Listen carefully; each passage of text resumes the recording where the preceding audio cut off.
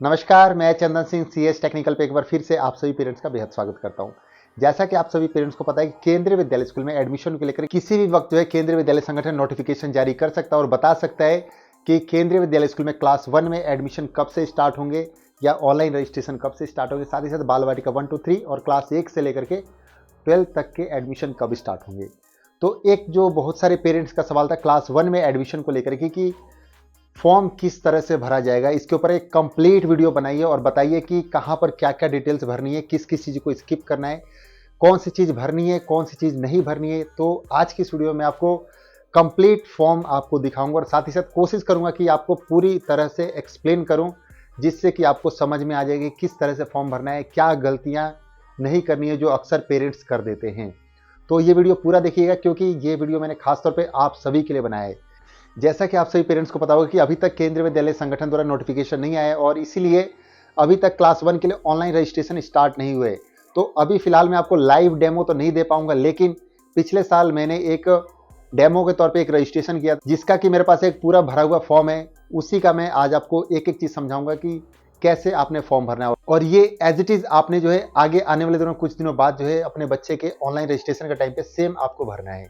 ठीक है, तो उम्मीद करता हूं कि आपको वीडियो अच्छी लगेगी। अगर वीडियो अच्छा लगे तो प्लीज सीएस टेक्निकल को सब्सक्राइब कर लीजिएगा अगर अभी तक आपने नहीं किया है। साथ ही साथ वीडियो को लाइक करना मत भूलिएगा और इंस्टाग्राम, टेलीग्राम, फेसबुक पेज का लिंक आपको वीडियो के डिस्क्रिप्शन में मिल जाएगा, आप मुझे वहां भी फॉलो कर सकते हैं और उससे क्या हुआ कि आपको टाइम टाइम पे सभी अपडेट्स मिलते रहेंगे और आगे आने वाले दिनों में आपको डेली लाइव सेशन मिलेगा जिससे कि आप अपने सवाल मुझसे डेली पूछ सकते हैं। तो चलिए शुरू करते हैं आज के वीडियो को और मैं अभी आपको स्क्रीन पे लेके चलता हूं और फॉर्म आपको दिखाता हूं किस तरह से भरना है, क्या गलतियां नहीं करनी है जो अक्सर पेरेंट्स कर देते हैं। तो चलिए स्क्रीन पे चलते हैं। तो दोस्तों देखिए, मैंने पिछले साल एक केंद्रीय विद्यालय रुड़की नंबर 1 के लिए एक मैंने फॉर्म भरा था जो कि डेमो के लिए भरा था आप सभी पेरेंट्स को समझाने के लिए। तो ये जो फॉर्म मैं आपको दिखा रहा हूँ ये एज इट इज़ ही आपने इस साल भी भरना है। सब कुछ आपको एक्सप्लेन करूँगा, सब कुछ क्या है, कैसे है, क्या करना है, क्या नहीं करना है, ये सारी चीज़ें मैंने कोशिश किया है कि इसमें सभी कोटा और कैटेगरीज को कवर करूं जिससे कि आपको A to Z जानकारी मिल जाए। चाहे आप किसी भी कोटा, किसी भी कैटेगरी से आप अपने बच्चे के एडमिशन के लिए अप्लाई करने वाले हैं तो आपको इसी तरह से फॉर्म भरना है। ठीक है, तो चलिए शुरू करते हैं आज के वीडियो को। तो जब आप अपने बच्चे के लिए ऑनलाइन फॉर्म भरेंगे तो जब सबसे पहले रजिस्ट्रेशन करेंगे, तो जब रजिस्ट्रेशन करेंगे तो सबसे पहले आपको क्या करना होता है कि आपको अपने बच्चे का नाम लिखना होता है जो कि जैसे यहाँ पे लिखा हुआ है स्नेहा कुमारी गुप्ता। ठीक है, बच्चे का डेट ऑफ बर्थ भरना होता है, ये आपको भरना है। उसके बाद कौन से एकेडमिक ईयर के लिए, जैसा कि इस साल होगा 24-25 हो जाएगा, जैसे यहाँ पे आपको 23-24 दिख रहा होगा तो इस साल जो है 24-25 हो जाएगा। ठीक है, उसके बाद आपको एक इंडियन सिम कार्ड का मोबाइल नंबर चाहिए होगा और एक आपको ईमेल आईडी चाहिए होगी। ये ईमेल आईडी आपका वही होना चाहिए जिसका आपके पास पासवर्ड हो और साथ ही साथ मोबाइल नंबर जो है आपके पास वही होना चाहिए जो अभी करंट में चल रहा हो, क्योंकि सारे अपडेट आपको इसी नंबर पर मिलेंगे। तो कुछ इस तरह से आपने भरना है और ये क्लास 1 के लिए जो है ऑनलाइन फॉर्म भरा गया था और ये स्कूल का नाम जो था केवी रुड़की नंबर 1। ठीक है, इतना क्लियर हो गया। अब इसके बाद जब आप अपने बच्चे के एडमिशन के लिए आगे भरेंगे तो देखिए, सबसे पहले आपसे पूछा जाए क्या आपका बच्चा जो है डिफरेंटली एबल्ड है, यानी अगर आपका बच्चा स्पेशल चाइल्ड है तो आपने यहाँ पर येस करना है। जैसे ये दिख रहा होगा ना आपको, यहाँ पे मैंने नो कर रखा है तो यहाँ पर आपको येस करना पड़ेगा। फिर उससे पूछा जाए कि डिसेबिलिटी का प्रकार, मतलब कि किस टाइप का डिसेबिलिटी है, तो आपको यहाँ पर उसमें मेंशन करना पड़ेगा। ठीक है, तो फिलहाल यहाँ पे नो था इसलिए यहाँ कुछ नहीं भरा, नॉट एप्लीकेबल हो गया। अगर आप यहाँ पे येस करते तो फिर आपको यहाँ पर ऑप्शन आता भरने का, तो वो आपको भरना पड़ता। उसके बाद फिर जब आप अपने बच्चे के लिए रजिस्टर कर लेंगे तो एक लॉगिन आईडी मिल जाती है। उस लॉगिन आईडी की मदद से जब आप केवीएस में लॉगिन कर लेंगे केंद्रीय विद्यालय संगठन का ऑनलाइन पोर्टल पर, तब उसके बाद आपको आगे की डिटेल्स भरनी होती हैं। ये जो इतना डिटेल्स मैंने बताया ये आपको रजिस्टर के टाइम पे भरना होता है। उसके बाद आगे की कहानी शुरू होती है सेकंड स्टेप में, यानी कि लॉगिन करने के बाद। ठीक है, तो लॉगिन करने के बाद जो सबसे पहला पूछा जाता है कि बच्चे का जेंडर क्या है, जैसे ये लिखा हुआ है ना, तो आपको अगर मेल है तो मेल करना है, फीमेल है तो फीमेल कर देना है। ठीक है, जब आप यहाँ पर मेल करेंगे तो कोई ऑप्शन नहीं देगा और जब आप इसको फीमेल करेंगे तो यहाँ पर एक चीज और खुल करके आ जाएगा कि क्या आपकी लड़की सिंगल गर्ल चाइल्ड है। अगर होगी तो आप इसको येस करेंगे, जो अभी यहाँ पे नो हो रखा है इसको आप येस करेंगे। ठीक है, ये हो गया। उसके बाद जो अगला स्टेप आता है कि जाति, यानी किस कैटेगरी से आप आते हैं, आप ये देख सकते हैं यहाँ पर ये जाति लिखा हुआ है। तो अगर आपकी कोई कास्ट कोटा है, जैसे एससी हो गया, एसटी हो गया, ओबीसी हो गया, तो आपने यहाँ पर सेलेक्ट कर लेना है। अगर आपका कोई कास्ट कोटा नहीं होगा तो यहाँ पर NA का ऑप्शन मिल जाएगा या आपको यहाँ पर जनरल का मिल जाएगा, तो आप उसको सेलेक्ट कर लेंगे। ठीक है, अगर आप किसी कास्ट कोटे से बिलोंग नहीं करते हैं तो। तीसरा चीज, यदि बच्चे के माता पिता में से कोई भी है, अगर यहाँ पर जो KVS एम्प्लॉय के हैं, तो आपने यहाँ पर येस करना है, अदरवाइज नॉट एप्लीकेबल कर देना है। अगर किसी बच्चे के पेरेंट्स अगर केंद्रीय विद्यालय संगठन में एम्प्लॉय हैं, केंद्रीय विद्यालय स्कूल में हैं, तो आपने येस करना है, अदरवाइज यहाँ पर नॉट एप्लीकेबल कर देना है। यहाँ तक आपको समझ में आ गया। उसके बाद आगे की बात करते हैं। आगे देखिए आता है, जैसा कि मैं आप सभी पेरेंट्स को लगातार बताते आ रहा हूँ, EWS या BPL अगर आपके पास है तो उसकी डिटेल्स आपको यहाँ भरनी पड़ती है। ये देख रहे हैं आप, परिवार का आय वर्ग यानी फैमिली इनकम ग्रुप, आपको यहाँ पर ये भरना पड़ता है। जब आप यहाँ पर ये भरेंगे तो आपको सीरियल नंबर उसका भरना पड़ेगा। उसके बाद आपको उसका डेट भरना पड़ेगा कि किस डेट को इशू है। उसके बाद तीसरा चीज आपको अथॉरिटी भरनी पड़ेगी, कौन सी अथॉरिटी से बना है। ठीक है, 3 चीजें आपको इसमें भरना पड़ेगी अगर आप इसको सेलेक्ट करते हैं तो। उसके बाद आता है बच्चे का ब्लड ग्रुप। ये क्या होता है, ऑप्शनल होता है। अगर आपको पता है तो आपने भरना है, अगर नहीं पता है तो NA आप कर देंगे कि ये नॉट, मतलब NA कर देंगे, या आप इसको ऑप्शनल है, आप छोड़ भी सकते हैं इसको। ठीक है, उसके बाद जो मेन आता है आगे, बहुत सारे पेरेंट्स पूछ रहे थे कि मदर का एड्रेस कहीं और का है, फादर का कहीं और का है, तो हम कैसे भरें। तो देखिए, ध्यान रखिएगा कि अगर आप 2 जगह KV में एडमिशन के लिए अप्लाई कर रहे हैं या एक जगह कर रहे हैं, तो आपने क्या करना है। यहाँ पर इस तरफ आपको दिख रहा होगा मदर की डिटेल्स भरने का ऑप्शन दे रहा है। ठीक है, और दूसरी तरफ है फादर की डिटेल्स भरने का। तो सबसे पहले शीर्षक में आ जाएगा, टाइटल में आ जाएगा, यहाँ पर ये आ जाएगा। फिर उसके बाद बच्चे के माता का नाम यानी मदर का नाम यहाँ पे आ जाएगा। उसके बाद राष्ट्रीयता, नेशनलिटी आ जाएगी उनकी, इंडियन आ जाएगी अगर इंडियन है तो। उसके बाद घर का पता, जैसे मैंने यहाँ पे लिखा हुआ है एज इट इज, आपने वही एड्रेस यहाँ भरना है जहाँ से आपका बच्चा पढ़ने के लिए स्कूल जाएगा। आपने होम टाउन का एड्रेस नहीं भरना है। अगर आप किसी और स्टेट में जाके रह रहे हैं, सिटी में रह रहे हैं, तो आपने वही एड्रेस भरना है जहाँ से आपका बच्चा जो है पढ़ने के लिए स्कूल जाएगा। ध्यान रखिएगा, आपके आधार कार्ड में एड्रेस कहीं का भी हो, लेकिन आपने एड्रेस वही यूज करना है जहां से आपका बच्चा पढ़ने के लिए जाएगा। इस बात का आपने ध्यान रखना है। अगर आप 2 जगह के KV में एडमिशन के लिए अप्लाई करना चाहते हैं, जैसे कि मान लीजिए एक मेरठ हो गया या रुड़की हो गया और एक देहरादून हो गया, तो अगर माता पिता में से किसी एक का एड्रेस रुड़की का है तो आप रुड़की KV में यहाँ पे डाल करके अप्लाई कर सकते हैं। फादर का एड्रेस अगर देहरादून का है तो देहरादून का एड्रेस आप यहाँ डालेंगे, डिटेल्स भरेंगे, और उसके बाद आप देहरादून के भी KV में एडमिशन के लिए अप्लाई कर सकते हैं। सिर्फ एग्जाम्पल दे रहा हूँ। इस तरह से आप 2 जगह की KV में एडमिशन के लिए अप्लाई कर सकते हैं एक ही रजिस्ट्रेशन के अंदर। उसके बाद आपको सिटी पूछा जाएगा, जैसे मैंने रुड़की डाल दिया, और जैसे यहाँ पे देहरादून है तो सॉरी यहाँ पे दिल्ली है तो आपका यहाँ देहरादून भी हो सकता है एग्जाम्पल के लिए। ठीक है, तो इस तरह से आप 2 जगह KV में एडमिशन के लिए अप्लाई कर सकते हैं। उसके बाद आपको पिन कोड डाल देना है। घर का टेलीफोन नंबर अगर आपके पास होगा तो वो डाल सकते हैं। व्यक्तिगत मोबाइल नंबर, यानी अगर बच्चे के मदर का अगर मोबाइल नंबर है तो वो आप इसको डाल देंगे यहाँ पर। उसके बाद बच्चे की मदर का यहाँ पे ईमेल ID डाल देंगे आप, same as it is father के यहाँ पर पिन कोड, मोबाइल नंबर और आपका ईमेल ID, ये सब आ जाएगा। ठीक है, ये सारी चीजें आ जाएंगी। उसके बाद आगे आता है कि बच्चे की मदर क्या करती हैं, ऑक्यूपेशन क्या है उनका, तो यहाँ पर ये आ जाएगा कि मतलब अगर कोई जॉब करती हैं, किसी कंपनी में है या किसी सरकारी विभाग में है तो उनका यहाँ पर आ जाएगा। उसके बाद संस्था का नाम यानी ऑर्गेनाइजेशन का नाम आ जाएगा, कौन से ऑर्गेनाइजेशन में, रेलवे में है, पोस्ट ऑफिस में है, आर्मी में है, BSF में है, पैरामिलिट्री फोर्सेज, जो भी होगा आ जाएगा। एज इट इज यहाँ पे फादर का भी आ जाएगा कि फादर किस में। जैसे मैंने जब फॉर्म भरा था तो यहाँ पर आर्मी करके दिखाया था, तो अगर फादर किसी और जॉब में होंगे, बिजनेस में होंगे, कुछ भी होंगे, तो आप अपने हिसाब से यहाँ पर भर देंगे। यहाँ पर मैंने एग्जाम्पल के लिए बच्चे के फादर का आर्मी में दिखा करके फॉर्म भरा था। उसके बाद अगला डिटेल आ जाता है स्कूल का। बहुत सारे पेरेंट्स मुझसे पूछ रहे थे स्कूल के बारे में कि डिटेल्स कैसे भरनी है, कैसे पता चलेगा। तो जब आप ये स्टेट यहाँ पर आएगा कि सबसे पहले आप अपना स्टेट सेलेक्ट कीजिए।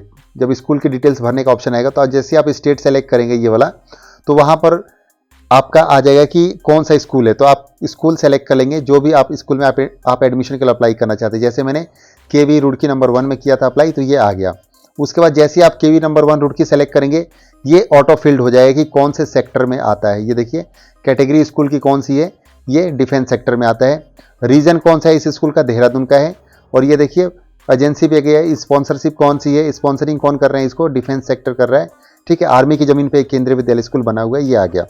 उसके बाद यहाँ पूछा गया निवास से स्कूल की दूरी कितने किलोमीटर है। ये देखिए, तो जब भी आप किसी कास्ट कोटे से एडमिशन के लिए अप्लाई करते हैं और आपका ये लेस देन 5 किलोमीटर होता है तो आप आरटी कोटे के लिए भी एलिजिबल हो जाते हैं। जैसे मैंने यहाँ पर देखिए टिक किया था कि लेस देन 5 किलोमीटर में है, यानी कि 5 किलोमीटर से कम या बराबर है। तो जैसे ही मैंने इस पर यस किया तो ये देखिए यहाँ पे आ गया कि eligible for admission under RT category. जैसे ही अगर मैं इसको लेस देन 5 किलोमीटर की जगह अगर मोर देन 5 किलोमीटर कर देता तो इसकी जगह पर आपका ये नो हो जाता कि आप एलिजिबल नहीं है। देखिए लेस देन 5 किलोमीटर कर रखा है, इसलिए जो यहाँ पर आ रहा है कि आप आरटी कोटे के लिए भी एलिजिबल हो गए हैं।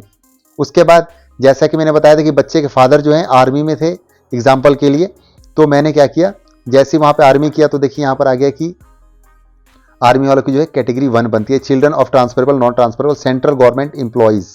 ये देख सकते हैं यहाँ पे लिखा हुआ है children and ex serviceman. This will also include children for foreign national officials who come under deputation or transfer to India on invitation by government of India. अगर इसके अंडर में कोई भी आते हैं तो वो सभी जो है कैटेगरी 1 में आएंगे, सिविल और डिफेंस सेक्टर के केवी वाले। ठीक है, अगर यही अगर आईएचएल या प्रोजेक्ट का अगर ये केवी होता तो इसमें आर्मी वाले जो है कैटेगरी 2 में चले जाते। इस बात का आपको पता होना चाहिए, जैसा कि मैंने ऑलरेडी बहुत बार बता दिया कि कौन कैटेगरी 1 में रहता है, कौन कैटेगरी 2 में चला जाता है, किस हिसाब से चेंज होता है, ऑलरेडी मैंने आपको बता दिया है। उसके बाद यहाँ दिखा रहा है कि आप किसके बिहाफ पर जो है कैटेगरी 1 से अप्लाई कर रहे हैं। तो यहाँ पर देखिए लिखा हुआ है सिंपल कि अभिभावक में माता पिता दादा दादी के चुनाव करें जिनकी सेवा श्रेणी से या स्थानांतरण के आधार पर आप प्रवेश का निर्णय होगा। यहाँ पे फादर लिखा हुआ है, आप देख सकते हैं, क्योंकि बच्चे के फादर का मैंने डिटेल भरा था, आर्मी में है। ठीक है, यहाँ मदर जो है हाउसवाइफ थी लेकिन फादर जो आर्मी में थे, इसलिए मैंने जो कैटेगरी 1 से अप्लाई किया। ध्यान रखिएगा कि अगर आपके पास गवर्नमेंट जॉब नहीं है तो प्लीज़ आप सर्विस कैटेगरीज से एडमिशन के लिए अप्लाई मत कीजिएगा, क्योंकि अगर आपके बच्चे का नाम आ गया तो आपसे डॉक्यूमेंट्स मांगे जाएंगे जो आपके पास नहीं होगा। तो इस बात का आपने ध्यान रखना है। उसके बाद एक और चीज है कि यदि चयनित माता पिता का पिछले 7 वर्षों में स्थानांतरण हुआ है, तो यानी कि पेरेंट्स का अगर लास्ट 7 ईयर्स में अगर ट्रांसफर्स हुए हैं तो उसकी डिटेल्स भरनी है। तो यहाँ पर मैंने येस किया कि येस लास्ट 7 ईयर्स में मेरे ट्रांसफर्स हो रखे हैं। तो जैसे ही मैंने इस पर येस करूंगा तो मेरे को ट्रांसफर डिटेल भरने के लिए एक ऑप्शन खुल करके नीचे आ जाएगा और वो ऑप्शन होगा, इसका फॉर्मेट होगा कुछ ऐसा, आप देख सकते हैं। यहाँ पे बोला है कि पहला स्थान जहाँ पे आप थे, तो मैंने एग्जांपल के लिए रुड़की का एड्रेस भरा था 64 आर्मड, जो कि रुड़की में ही है मेरे ख्याल से, या पहले थी। उसके बाद देखा कि यहाँ पर कब मैंने ज्वाइन किया था इस यूनिट में, उसके बाद आपका मतलब इस यूनिट से ट्रांसफ़र कब हुआ, तो ये मैंने भर दिया कि मतलब 2017 में आया था, 2018 में मेरा ट्रांसफ़र हो गया। फिर आया कि रहने की अवधि कितनी थी, कि मतलब इस बीच में आप इस यूनिट में कितने टाइम रहे, तो ये टाइम आ गया आपका 257। ये ऑटो कैलकुलेट हो जाएगा जब आप ये दोनों डेट भरेंगे, ये वाली दोनों डेट्स, तो ये ऑटो कैलकुलेट डेज का हो जाएगा। ठीक है, उसके बाद आपका ट्रांसफ़र कहाँ पे हुआ, तो मैंने बोल दिया बीजी सेंटर एंड रुड़की। ठीक है, और पूछा कि इन दोनों के बीच का डिस्टेंस कितना है, तो मैंने कर दिया 500 किलोमीटर। ये आपको मैनुअली भरना पड़ेगा। उसके बाद जो आपका ट्रांसफ़र ऑर्डर नंबर होगा वो आपको यहाँ पर मैंने एग्जांपल के लिए भरा हुआ है, एज इट इज़ आपको जो आपका मूवमेंट ऑर्डर वगैरह है जो भी मिला होगा उसके हिसाब से आपने ये ट्रांसफ़र का ऑर्डर भरना है कि आपका क्या मतलब ट्रांसफ़र की डिटेल्स क्या है वो आपको भरना है। उसके बाद जो अगला स्टेप आता है लिस्ट ऑफ डॉक्यूमेंट अपलोडेड। ठीक है, जो आपको डॉक्यूमेंट्स अपलोड करने होते हैं वो उसकी लिस्ट। आपको 2 तरह के डॉक्यूमेंट्स अपलोड करने होते हैं। पहला है बच्चे की जन्म तिथि का प्रमाण पत्र, यानी proof of date of birth of child. जैसा कि मैंने ऑलरेडी बहुत बार बताया कि बच्चे का डेट ऑफ बर्थ जो है सभी कोटा सभी कैटेगरीज के लिए मैंडेटरी है, तो ये आपके पास होना ही चाहिए, क्योंकि आपको इसको केवीएस के ऑनलाइन पोर्टल पर अपलोड करना होता है। जब आप अपलोड करेंगे तो कुछ इस तरह से ग्रीन टिक होकर के आ जाएगा और इसका जेपीजी फॉर्मेट में होगा। आप देख सकते हैं यहाँ पर जेपीजी में मैंने अपलोड किया था। उसके बाद जो अगला है बच्चे का फोटो ऑफ द चाइल्ड, ये देख रहे हैं आप यहाँ पर, ये भी आपको कन्वर्ट करके जेपीजी में अपलोड करना है। ये जो बच्चे का जन्म प्रमाण पत्र यानी बर्थ सर्टिफिकेट है वो आप पीडीएफ में या जेपीजी में कन्वर्ट करके अपलोड कर सकते हैं। ठीक है, उसके बाद जब ये सब कुछ आप अपलोड कर देंगे तो आपको सबमिट करने के लिए बोलेगा, और सबमिट के लिए आपको ओटीपी जाएगा आपके एक रजिस्टर्ड मोबाइल नंबर पे, और जो वो रजिस्टर्ड मोबाइल पे जब आप सबमिट कर देंगे तो उसके बाद आपको जो है कुछ इस तरह का आपको जो है एक एप्लीकेशन सबमिशन कोड मिल जाएगा। आप ये देख रहे हैं, ये आपको कुछ इस तरह का एप्लीकेशन सबमिशन कोड मिल जाएगा, और कितने बजे किया है आपका यहाँ पर डेट मेंशन होकर के आ जाएगा कि एप्लीकेशन सबमिट आपने कितने बजे किया है, ये आपको यहाँ पर ऐसे डेट मेंशन होकर आ जाएगा और आपने एज इट इज ऐसे ही करना है। ठीक है, तो जब आप ये सब कुछ कर देंगे एट द एंड क्या होगा कि आपको लास्ट में एक चीज़ देखने को मिलेगी कि आप किस किस कोटा किस किस कैटेगरी के लिए एलिजिबल हुए हैं, ये सारी चीज़ आपको यहाँ को देखने को मिल जाएंगी। और एक और चीज़ कि स्कूल में जब आपके बच्चे का नाम आ जाएगा एडमिशन लिस्ट में, तब आपको क्या क्या डॉक्यूमेंट्स ले करके जाना है, ये सारी बातें यहाँ पर लास्ट में देखने को मिलती हैं। यहाँ लिखा हुआ है original and a copy of following documents are required to be presented to the school at the time of admission if offered. अगर आपके बच्चे का एडमिशन लिस्ट में नाम आता है तब आपको ओरिजिनल प्लस पूरे ओरिजिनल डॉक्यूमेंट्स की एक फोटोकॉपी लेकर के स्कूल में जाना है वेरीफाई कराने के लिए। जैसा कि मैंने जितने भी कोटा कैटेगरी से एडमिशन के लिए अप्लाई किया था, वो क्या क्या डॉक्यूमेंट्स है, बच्चे का जन्म तिथि प्रमाण पत्र यानी बर्थ सर्टिफिकेट, बच्चे का पासपोर्ट साइज फोटो जो मैंने अपलोड किया था, निवास प्रमाण पत्र जो एड्रेस मैंने मदर और फादर का भरा था वो उसका प्रूफ लेके जाना है, बच्चे का कास्ट सर्टिफिकेट, जैसा कि मैंने इस एप्लीकेशन में एससी कोटे से बच्चे के एडमिशन के लिए अप्लाई किया था तो बच्चे का कास्ट सर्टिफिकेट देना पड़ेगा। उसके बाद बच्चे का मतलब फादर जो है सर्विस में है तो सर्विस सर्टिफिकेट ले जाकर देना पड़ेगा। जैसे कि मैंने सर्विस कैटेगरी से एडमिशन के लिए अप्लाई किया था, इसलिए सर्विस सर्टिफिकेट देना पड़ेगा, ठीक है। और यहाँ पे लिखा हुआ है कि retired employed given by the complete authority, अगर कोई रिटायर्ड पर्सन है तो उनका जो पीपीओ या जो उनका डिस्चार्ज की कॉपी होगी वो दे सकते हैं। उसके बाद अगला है यहाँ पर लास्ट 7 ईयर का ट्रांसफर सर्टिफिकेट, ये भी आपके डिपार्टमेंट से बनेगा, जो भी गवर्नमेंट जॉब में होंगे पेरेंट्स उनके लिए ये जरूरी हो जाता है, ठीक है। तो आपको ये देना पड़ेगा। ये डॉक्यूमेंट्स की लिस्ट यहाँ पर कुछ इस तरह से आ जाएगी कि आपको क्या क्या डॉक्यूमेंट्स ले करके जाना है स्कूल में अगर आपके बच्चे का एडमिशन लिस्ट में नाम आ जाता है तो। ओके, तो दोस्तों मैं उम्मीद करता हूँ कि जितनी बातें आज की वीडियो मैंने बताई है आप सभी पेरेंट्स को समझ में आ गई होगी। बहुत सारे पेरेंट्स जो है फॉर्म भरते टाइम गलती करते हैं, इसलिए मैंने कोशिश किया कि आपको जितना पॉसिबल हो सके एक्सप्लेन करूँ।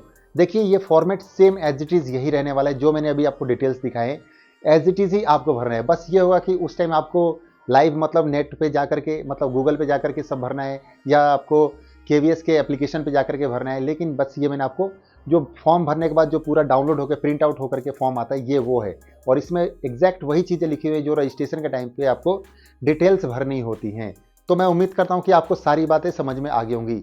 एक बार फिर से मैं आप सभी पेरेंट्स को बोलना चाहूँगा कि जिन्होंने अभी तक सीएस टेक्निकल को सब्सक्राइब नहीं किया है कर लीजिएगा, और साथ ही साथ फेसबुक पेज इंस्टाग्राम पे भी आप मुझसे अपने सवाल पूछ सकते हैं। उन सभी सोशल मीडिया के लिंक आपको वीडियो के डिस्क्रिप्शन में मिल जाएंगे। तो आजकल बस इतना ही, वीडियो अच्छी लगी तो प्लीज़ जाते जाते वीडियो को लाइक जरूर कीजिए। तब तक के लिए थैंक यू, बाय बाय, जय हिंद, जय भारत।